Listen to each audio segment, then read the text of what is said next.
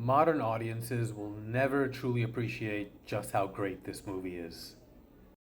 What's up, everybody? So, this is my old school review of Predator, starring Arnold Schwarzenegger, Carl Weathers, a bunch of other muscled up guys, directed by the great John McTiernan. Now, since Predator Badlands and overall the Predator franchise has kind of seen a resurgence happening in the last few movies, I figured let's go all the way to the beginning. And this is the guyest guy movie of all time. And kind of by accident, but I think the best thing about it is that it's kind of necessary for the story.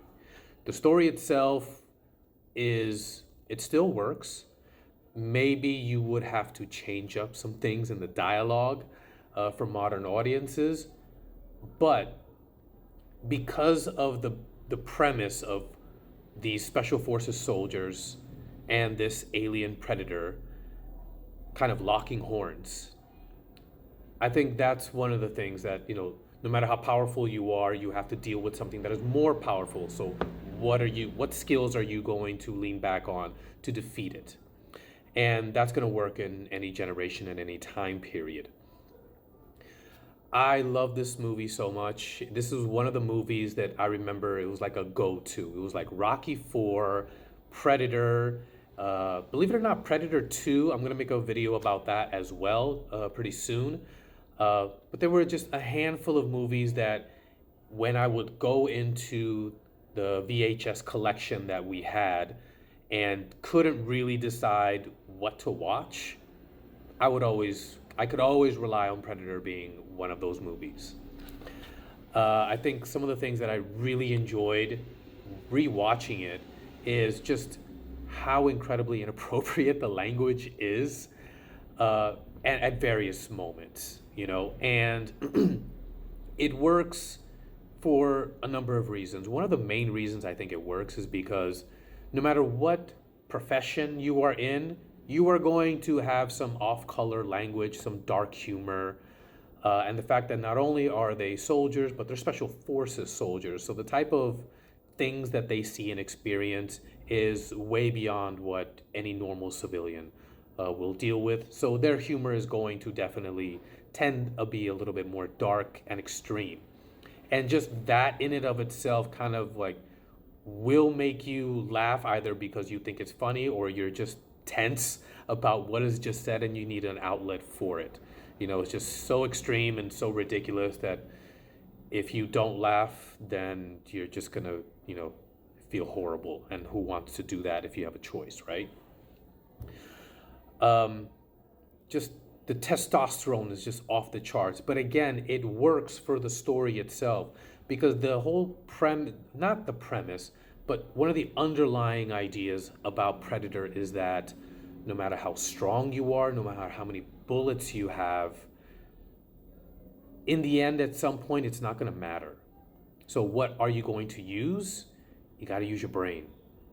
And that really kind of works in some of the sequels, especially Prey. Because the protagonist in Prey is not a muscle-bound former bodybuilder or special forces soldier. She's a woman in a indigenous tribe. So how is she going to defeat this giant, powerful enemy? She's going to have to use her wits. And in this case, the soldiers at some point are forced to use their wits as well. But it's not until Arnold, who plays Dutch, the main character, is completely stripped of like 99% of his weapons that he can finally figure out how to defeat the Predator.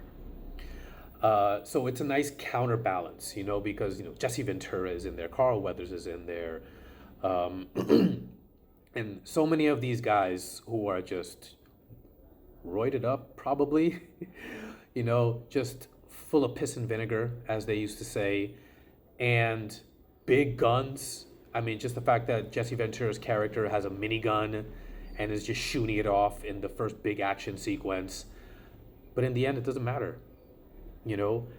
There's that one scene, and I think it's the perfect scene to encapsulate how helpless and useless their normal tools are. It's when one of the characters dies, is killed by the predator, and then the entire group are just shooting blindly, basically, because they don't really know what they're shooting at. They're just following the lead of, their fellow soldier, and just shooting off every single round they have for God knows how long. And in the end, it was all for nothing. So that, I think, was just a perfect example of how the tools you have right now that you're so used to, it's not going to work. And so I really appreciated that part of the story that doesn't really get talked about enough. But if you watch the movie enough, you kind of get that feeling. And another thing that I really liked that I wish we could try and go back to a little bit more is just practical special effects. Stan Winston created the design of the creature. There's no CGI. There's some quote unquote special effects because of the camouflage weapon, basically, that the predator uses to not be seen, which is just like, it's some lighting, things. But it's still really, really well done, and it's really believable.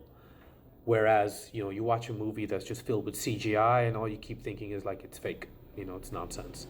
But this one, everything is very, very, very much real. The entire body of the predator, the way the predator's face looks under the mask, it's all just beautifully done. And I highly recommend, look for any behind the scenes stories about how Jean-Claude Van Damme was originally in the movie, about what the creature design was before Stan Winston took a, fortuitous flight with James Cameron. There's a lot of great behind the scenes story. But at the end of the day, it's an absolute classic. It blends genres so well, from science fiction, action, and horror. There's a great balance of it all, and it's just a fun time. All right? But anyways, what about you guys? Let me know what you think in the comments below. Smash that like button, give me a follow, and I'll see you guys next time.